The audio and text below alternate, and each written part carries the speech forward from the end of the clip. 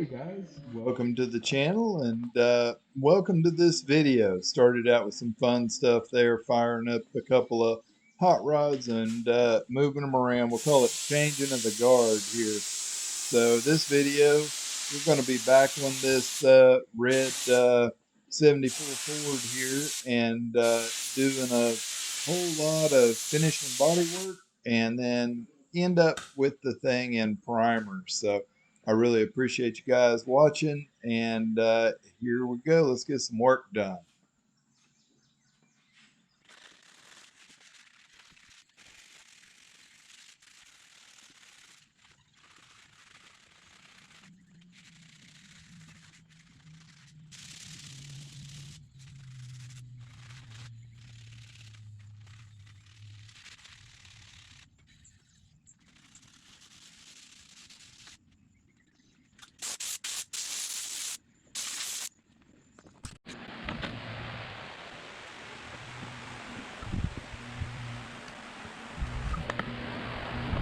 Well, this is kind of what she starts to look like as we get closer and closer to being ready to prime.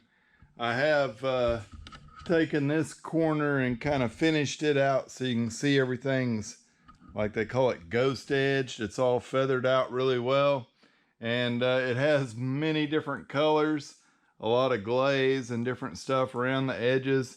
I just guide coat this stuff and block it down, guys, just like it was primer. Well, son, man, we've been doing all kind of sand in here, got it going down. Check this out, people. It's just about finished. I'm glad you've been here to help with all of the blocking and the amount of time this has taken to get to this point.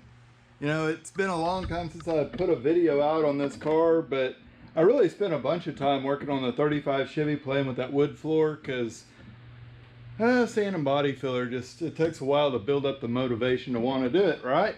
And whew, there was a lot of it here, a lot of sanding and blocking.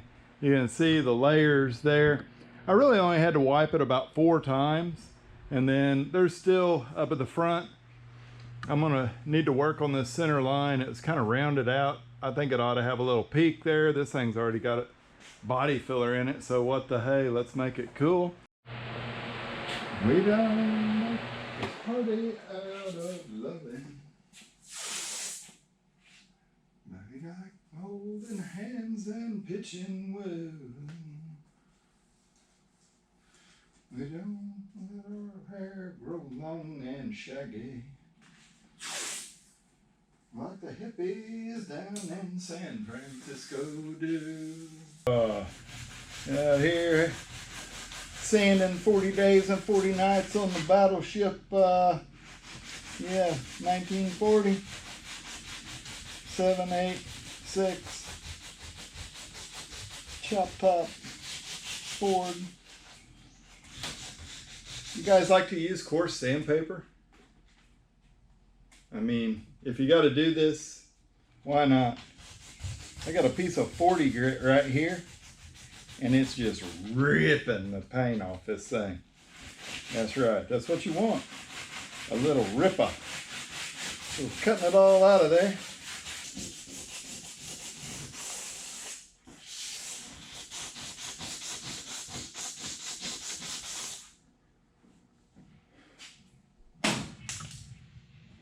You guys flinched. Yeah, that's how you know you're friends, when they start throwing stuff at you while you're working, right? So we're switching up from the bad boy course to 80 grit now, which, you know, hey, on your job, you might have been able to start out with 80 grit because it might not have had 47,000 mils of paint. Been painted red primer, red paint, gray primer, red paint, gray primer, red primer, brown primer, yellow paint, no primer, red paint. It's awesome. She's a good one, Clark. That's why we kept her around as long as we have. We're going no sleep till primer.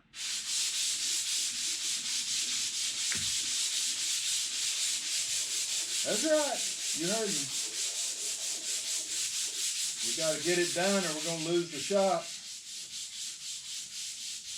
You hear them out there, they're digging ditches around the house, getting ready to flood it. I think they wanted to build a moat so we can't get in or out or something, I don't know.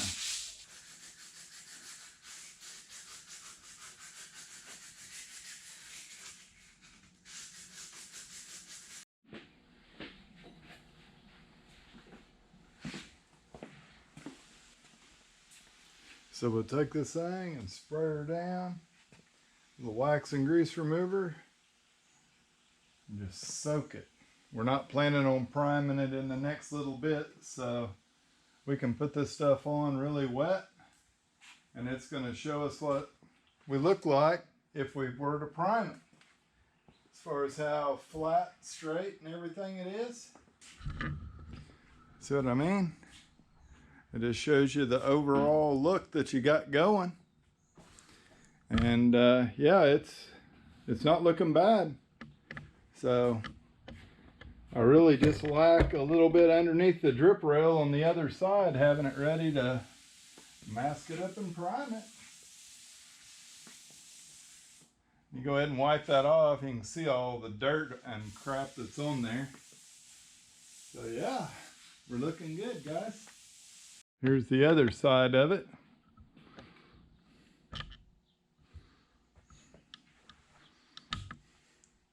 So you can tell, I hope, through the camera lens that, yeah, we're in nice shape.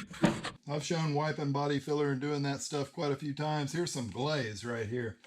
And, you know, all these manufacturers use different color. This is USC something something glaze. I'm using USC body filler on this, so the glaze, I thought it would be cool if it was the same brand. Yeah.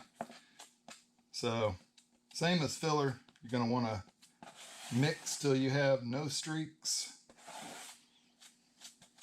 Actually, using a decent sized board helps. You can really spread this stuff out. It's really runny, as you can see. It's going to be quite fun to wipe on this vertical surface. That's why I put the masking paper down there, to protect and keep from having to clean off this fender.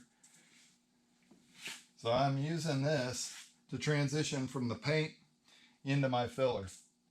And I'm not really, I don't know, I am globbing it on here pretty thick, but it'll all sand off, or the biggest part of it will.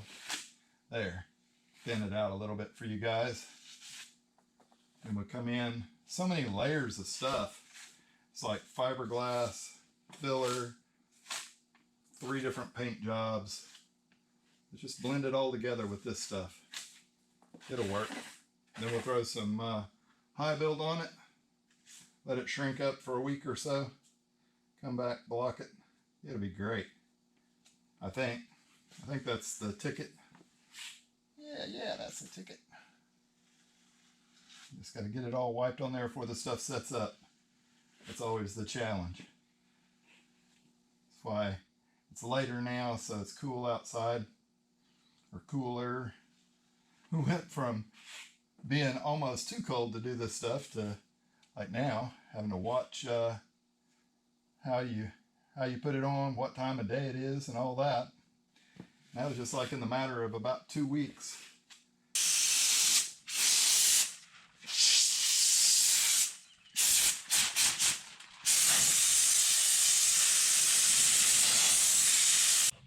All right, guys. Yeah, we're in the middle of day 137 of sanding on this old car. And you can see we got a little bit of masking going on here, which is super cool. That's not enough to shield it from overspray, but we'll put plastic on here. I just don't like to put my plastic right here and put all that primer on it, because the primer flakes off the plastic and goes everywhere.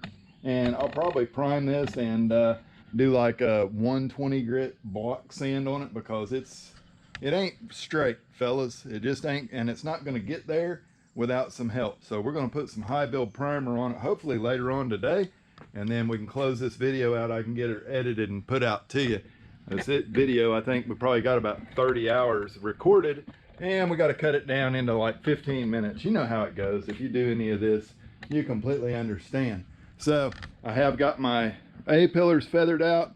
We're going to sand down here with 320, prime into this, so our primer ends up being over the top of a 320 scratch where we're going to feather back in it. That'll keep that from showing up later.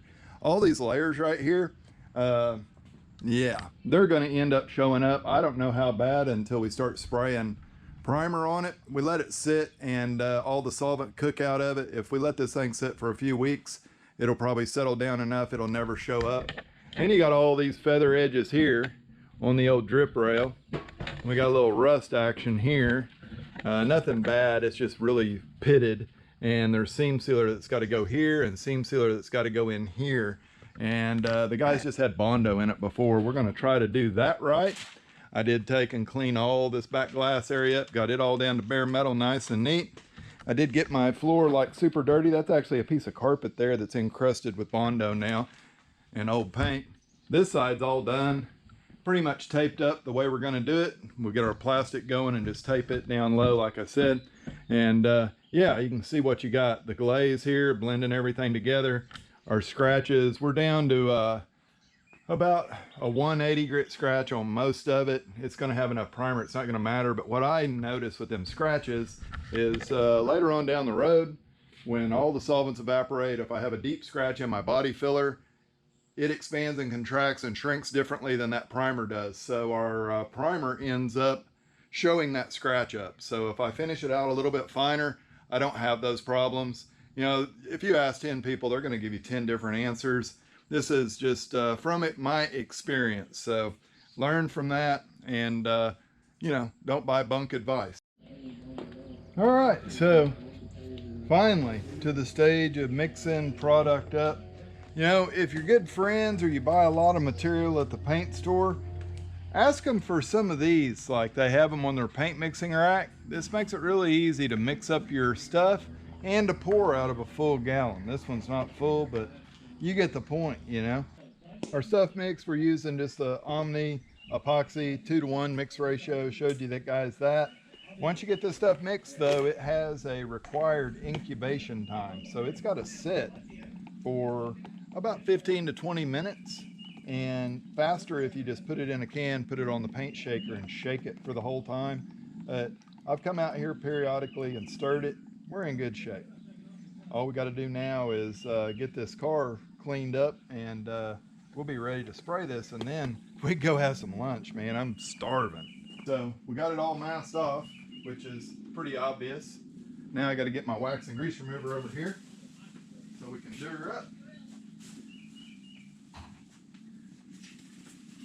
So I showed you guys earlier, you can use this stuff and kind of find your high and low or your waves or whatever. Use this along with your guide coat to check your work. It's important to keep track of what you have so that when you're finished, you really are finished. So I don't want it to soak in too long. Once I get this wiped down, I'm gonna have to let this thing sit for probably an hour to make sure that all this stuff is evaporated out of here. I'm gonna wipe it off. Might have to do this twice depending on how clean your surface already was, guys.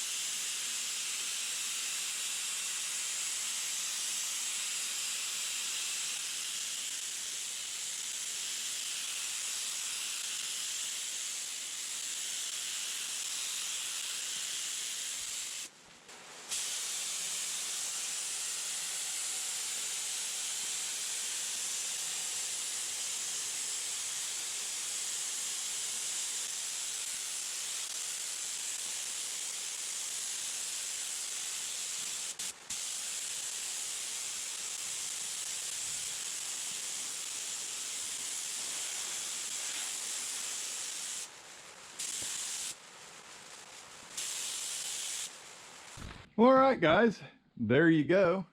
I got one good coat of epoxy over this entire hood, and then I did take my gun and I just stood back and I sprayed right down in that drip rail there. Oh, that's nice. Touch it with your fingers while it's wet. So we got plenty of primer down in that drip rail there. When they did this car before, it had no seam sealer. Everything was done with Bondo, and there is a seam inside of that drip rail that needs to be closed up. So we'll make sure that we do that before we paint it. We won't seam seal it till after all the priming and blocking is done. You know, you want, when you spray this, to get 1 mil after everything's dry. So 1 mil with the gun I'm using, it's a big orifice size 1.7, so no problem getting that 1 mil out of it. I put no reducer in it, just 2 to 1, and that makes it a little bit thicker. You don't have as much evaporate out, and believe it or not, without reducer in it, putting it, even though you're putting it on a little thicker, it does dry a little faster because you don't have to wait on that solvent to evaporate out of it. So I'll probably go in, eat some lunch because I'm about to starve to death, and let this thing dry for about 3 hours, and then we'll come in and we'll put our high build primer on there and see how that goes. So I'll catch you guys in a little.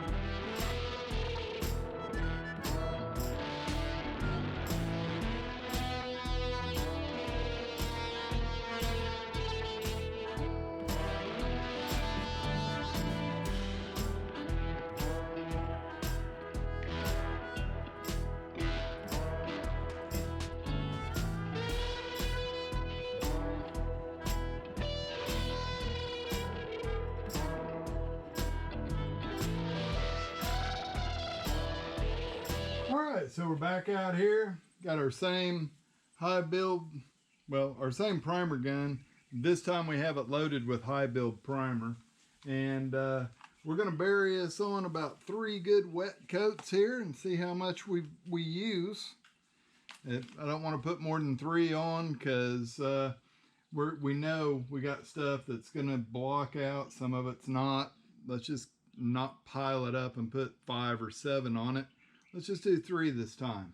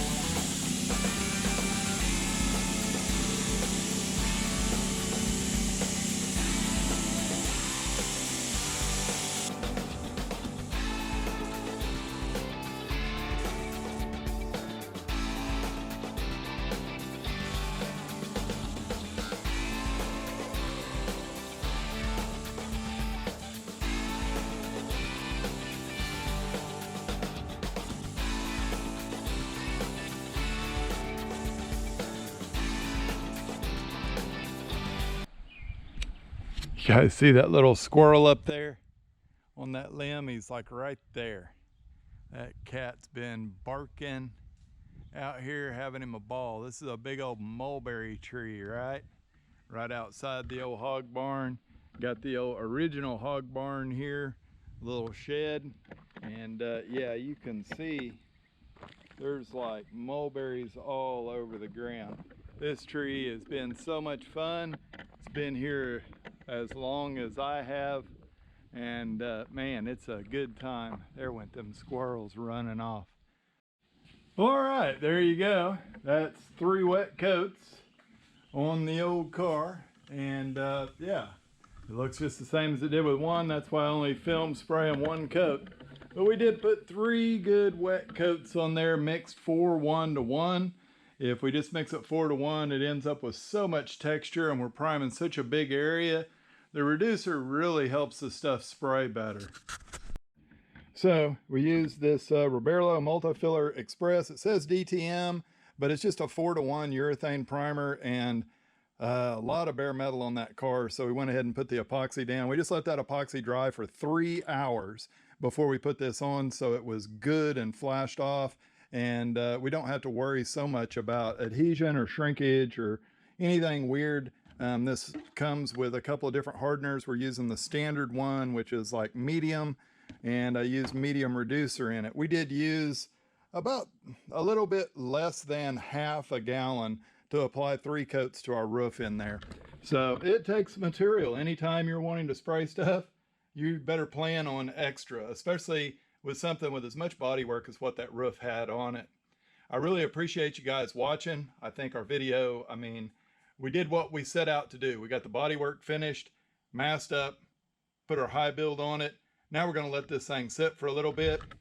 We had to cover up the old 35 Chevy because we dang sure don't want any overspray on that. It's one big problem with doing paint work in here while I'm working on these other projects is just the overspray factor. I hate cleaning overspray off, so we definitely cover everything up every time. I really appreciate all of you that have subscribed to the channel, that are watching my videos. Be sure and give this a thumbs up. Leave me a comment. Let me know what you think of what we've done and what you guys would like to see. You know, I'm working on how-to videos and just kind of going through the very basic stuff in the how-to videos. Yeah, I want to share the knowledge and get more people able to do paint work on their cars, okay? So you all have a wonderful day, and we will catch you all on the next video.